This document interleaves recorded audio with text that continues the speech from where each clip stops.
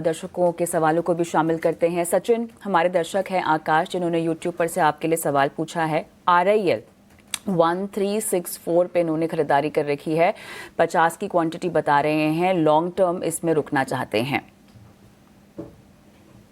Long term के लिए अगर रुकना चाहते हैं तो डेफिनेटली रुक सकते हैं। स्टॉक के अंदर लोअर साइड से एक रिकवरी मूव जरूर अटेम्प्ट हुआ है एंड अभी के लिए अगर हम देखें सो लाइक ओवरऑल ये ऑलरेडी प्रॉफिट में ही चल रहे हैं। मेरे हिसाब से पोजीशंस में जो है वो अपने कॉस्ट का स्टॉप लॉस यानी कि trail SL to cost use करके एक बार बने रह सकते हैं। अपसाइड में मुझे लग रहा है एक बार 1500 1520 उन लेवल्स को चेस करता हुआ स्टॉक नियर टर्म में नजर आ सकता है। सो वहां पर एक बार प्रॉफिट बुक करने की सलाह रहेगी। अभी के लिए करंट मार्केट प्राइस जो चल रहा है उसके अकॉर्डिंगली पोजीशंस को होल्ड रखिए ट्रेल एसएल टू कॉस्ट के साथ। ठीक है, तो ये है राय आपको मिलती हुई। चलिए बढ़ते हैं आगे और अगला सवाल जो है मुकुंद ठाकर साहब का लेते हैं। हमारे साथ फोन लाइन पर जुड़े हैं। मुकुंद जी नमस्कार, कहां से बोल रहे हैं? नमस्कार, मैं अहमदाबाद गुजरात से बोल रहा हूँ। करें हम आपकी? हाँ जी बताइए, कौन सा स्टॉक लिया आपने?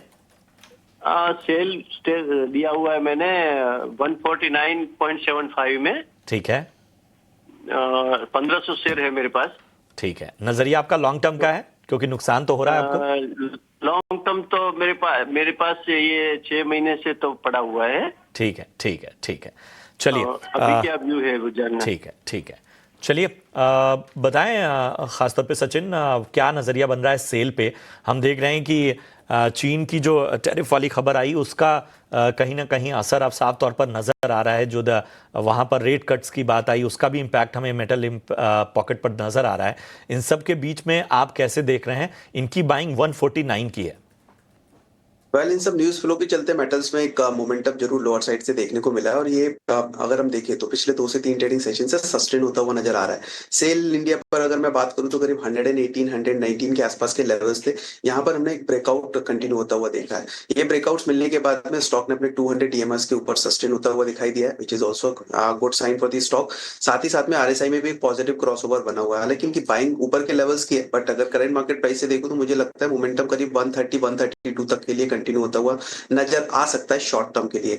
पोजीशंस में बने रहने की सलाह दूंगा और अगर एवरेज आउट का कर सकते हैं पोजीशंस यानी कि कुछ एवरेज के लिए देख सकते हैं तो डेफिनेटली इन लेवल्स के आसपास में भी जो है पोजीशंस में और एड ऑन कर सकते हैं, जिससे एक अच्छी एवरेज प्राइस इनको मिल जाएगी। अभी के लिए बाइंग जो पोजीशंस है उसको होल्ड रखने की सलाह देंगे। लोअर साइड में स्टॉप लॉस रहेगा 116 का, उसके स्टॉप लॉस के साथ पोजीशंस में बने रहिए। नियर टू शॉर्ट टर्म के अंदर इमीडिएट टारगेट 130 132 हो सकते हैं। अराउंड दैट लेवल्स वापस से एक बार स्टॉक को रिव्यू करेंगे।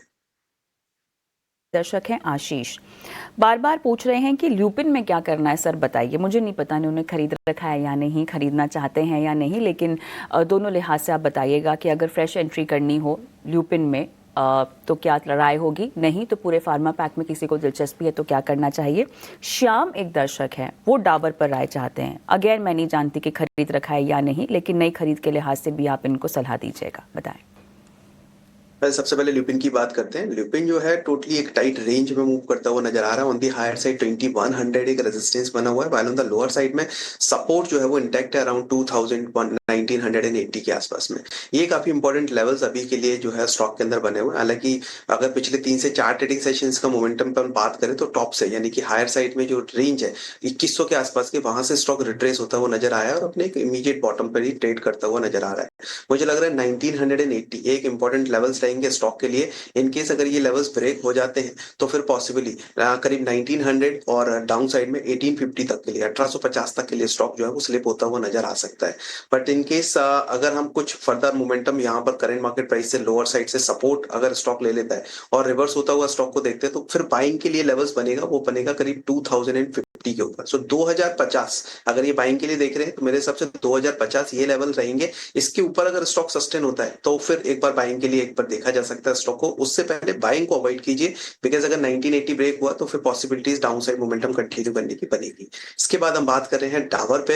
एंड टावर में अगर हम देखें सो एक प्रायरली एक रेंज में ट्रेड होता हुआ नजर आ रहा था। अप साइड में 490 टू 470 के बीच के एक रेंज बनी हुई थी, वो रेंज फर्दर ब्रेक हुई and stock made a low near around 458 460 के आसपास के लोज जो है वो प्रायर टू प्रायर वीक में टेस्ट होते हुए नजर आए। वहां से स्टॉक के अंदर वापस से एक रिबाउंड हमें देखने को मिला है एंड एट प्रेजेंट स्टॉक जो है वो करीब 485 486 के आसपास में मूव कर रहा है, जो कि इसके एक इमीडिएट ब्रेकआउट लेवल्स हैं। मुझे लग रहा है ये फर्दर अगर ब्रेकआउट्स कंफर्म होते हैं तो अपसाइड में करीब 500 520 वहां तक के लिए मोमेंटम कंटिन्यू हो सकता है।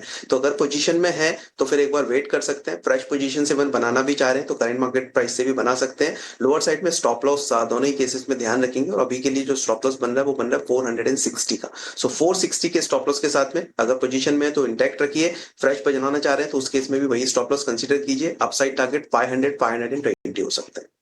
ठीक है, तो